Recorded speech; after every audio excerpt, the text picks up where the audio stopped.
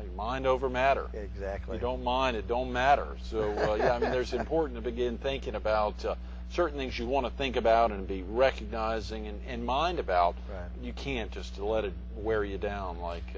And another positive that we're seeing is people are saying, "Oh, the U.S. dollar is down. That's terrible." Well, let me tell you, welcome Canada, and I'm glad you people come here, because now for the first time Canadian purchasers can buy equal or a little better than the U.S. dollar.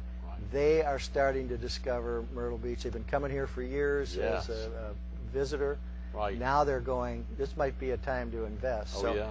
I met with the Royal Bank of Canada people. They have a program with Canadians that you don't need a visa. Even if you're a Canadian citizen, you can get financing for buying here in Myrtle Beach. Is that right? So, that's tremendous. Those I Love Canadians bumper stickers that exactly. the Myrtle Beach Area Chamber of Commerce has been giving out for Can-Am Days forever. Yep. We need to start getting a lot of those on our cars. Well, I grew up in Minnesota, and we used to go into Canada to play hockey all the time. Yeah. So I learned to say a lot, and God bless the Canadians. I love it, Tom. Well, of course, not only your role is obviously being very active with Coastal Carolina Association of Realtors and supporting them and their committees and much of what they do, you also serve that role as the market analyst for Coastal Carolina Association of Realtors and are called upon on a regular basis by all media, whether it's daily print, weekly print, or TV and radio. I mean, you return to and you're the point person. Right. So we're hearing it right from the horse's mouth. What about your role, Tom, also as president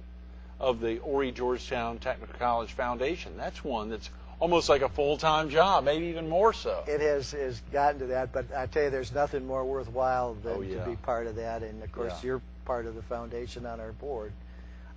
It's a wonderful college. We're the fastest-growing two-year college in the state. Even still, Tom, Absolutely. I've been hearing that year after year. And Coastal University is the fastest-growing four-year. The problem is we're at the budget level of 2001 because our state is cutting two-year college budgets. No. We have 2,000 more students, but are operating at 2001 budget levels. So our role as a foundation, from basically doing scholarships in the past, has now changed that we're the funding source for the college for new programs, new buildings, for staffing, for just about any expenditure that the college has. Wow, Tom, that's a big deal. And I'm real proud to say that I joined the board in 2000. We were about a $3 million asset foundation, and we just went over $8 million. Oh, come on. Yes. In the last 7 years. Yeah, well, we just did $8 million the end of the year. So. Of 07, yeah. That's amazing. Yeah. That is amazing in that short amount of time to see that kind of momentum. And, of course, a lot of that has been driven by the desire to help find the funds to kick off the Robert Spear. Yes. Yeah. Share with viewers a little bit about some of the projects that the foundation's been working on and who some of the people you all turn to to help make that happen. We we used to be the biggest secret in Myrtle Beach, and we're changing that. There is a Horry-Georgetown Technical College, and it's alive and well. And probably you can't go into a store, a hospital, a restaurant without running into the students from its graduates or its students. Exactly. And so one of the areas, and the college exists to meet workforce needs in the community. So, of course, allied health with the retirement community we have here is going to become an ever-increasing demand on this community. So thanks to the Air Force Base Redevelopment Authority, we were able to get the old hospital at the old air base. That is now being converted. We're looking for a hopefully July opening for that. Is that right? Next 6 months, huh? Yeah. Wow. All of the allied health programs from the college will be moving to that campus. I love it. Our foundation helped raise $5.4 million with the hospitals and the doctor community and Carolina Radiology. Just been wonderful people to work with.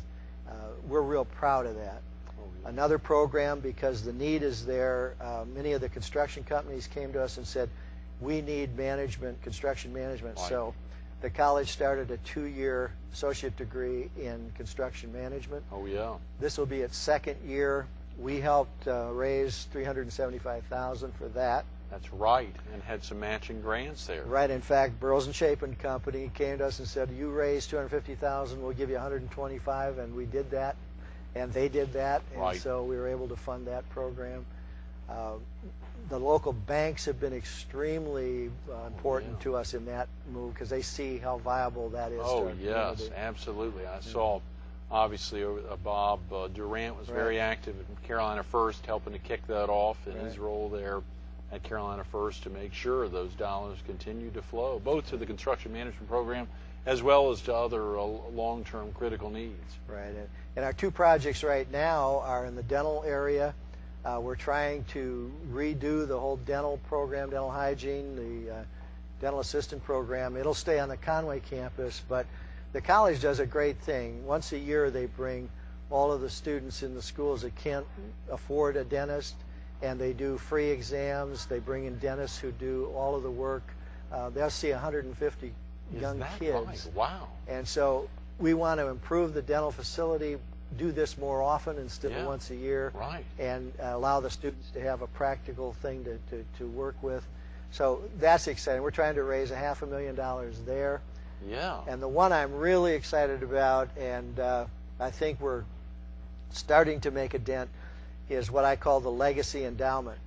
Because the college is at the 2001 level for funding from the state, we figured that we need to start an endowment program, which would be funds. An endowment will run you about 5% a year. So we want to raise $10 million so that the president of the college, President Wilson, will have about $500,000 to use for growth and development of the college. Oh, yeah. So we just started that. We're just starting to get donations from it. Right. We're seeing every major corporation in town. We're seeing everybody.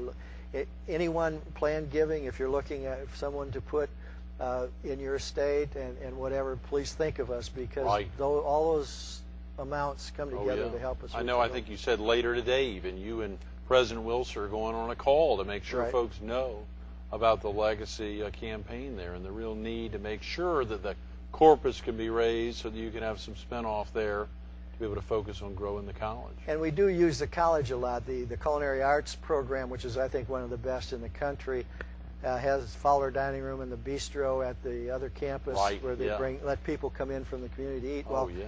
We bring all of our business corporate people in to share lunch with us to see the college.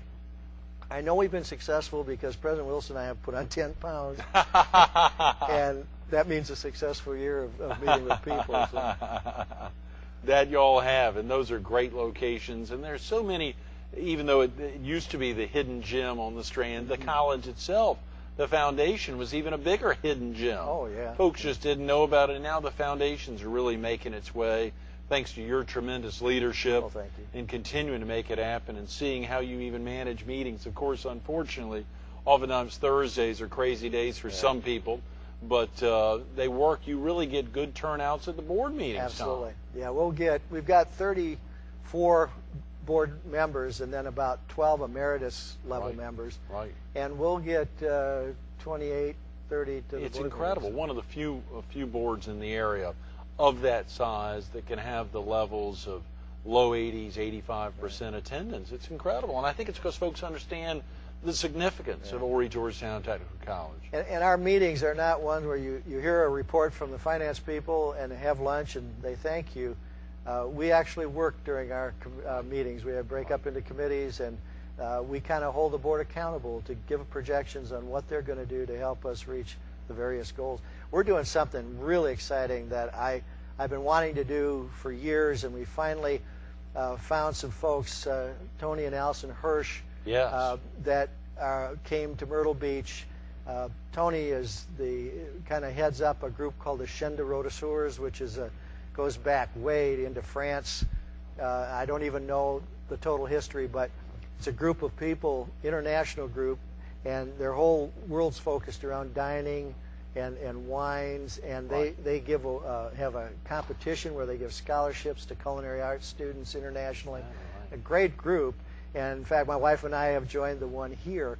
Well, Tony he and his wife are on our board, and in March 9th we're going to do It's kind of limited this year to about 50 people because we're doing it at the college at Fowler Dining Room. Great. And it'll be a black tie silent auction fundraiser basically for the college. The only fundraising will be the silent auction, though. Right. We're not going to make a mess of their evening, but it'll allow the second-year culinary students to cook. And guess what the menu is? They got a hold of the menu that was served the night the Titanic sunk. No, Tom. So they're duplicating that menu. That's either very good or very bad. Well, let's hope it's very good. Yeah. You know, we were sitting there at lunch the other day, Neil and I, and we saw outside the window in the Fowler Dining Room was a little lake, a little pond. And we were figuring, is there a way we could, as we're sitting there having dinner, to have the water rise above the window? That probably won't work. That would get the checkbooks out. Tom, thanks so much for being with us this morning. pleasure. I'm sorry we've run out of We time. have. Oh, Yeah, I'm we sorry. I have. talked We too have. much. Absolutely. Stay tuned to more Carolina people with the Realtor of the Year, Tom Maeser, coming up next. You'd think after sitting here for the last 30 minutes, Tom is all about local. He writes a weekly column for the local newspaper, the Myrtle Beach Herald. He obviously is daily working for the local college. Horry-Georgetown Technical College is president of their foundation. He's the local board of the Coastal Carolina Associated Realtors Realtor of the Year. But he's now the president of a national, even worldwide sales and business coaching company, Performance Plus. If you got some great questions on the coaching side or in sales and business, send him an email to tom@proformanceplus.biz. Or, of course, if you've got an important real estate question, tom@proformanceplus.biz. If you want to learn about the foundation, hgtcfoundation.org. Or pick up the phone and give him a call, 843, and ask for Colleen Neese, 843-477-2105. Take the time to learn more about Horry-Georgetown Technical College and their amazing foundation. They're making a difference every day, and they have a great leader right here, Tom Maeser.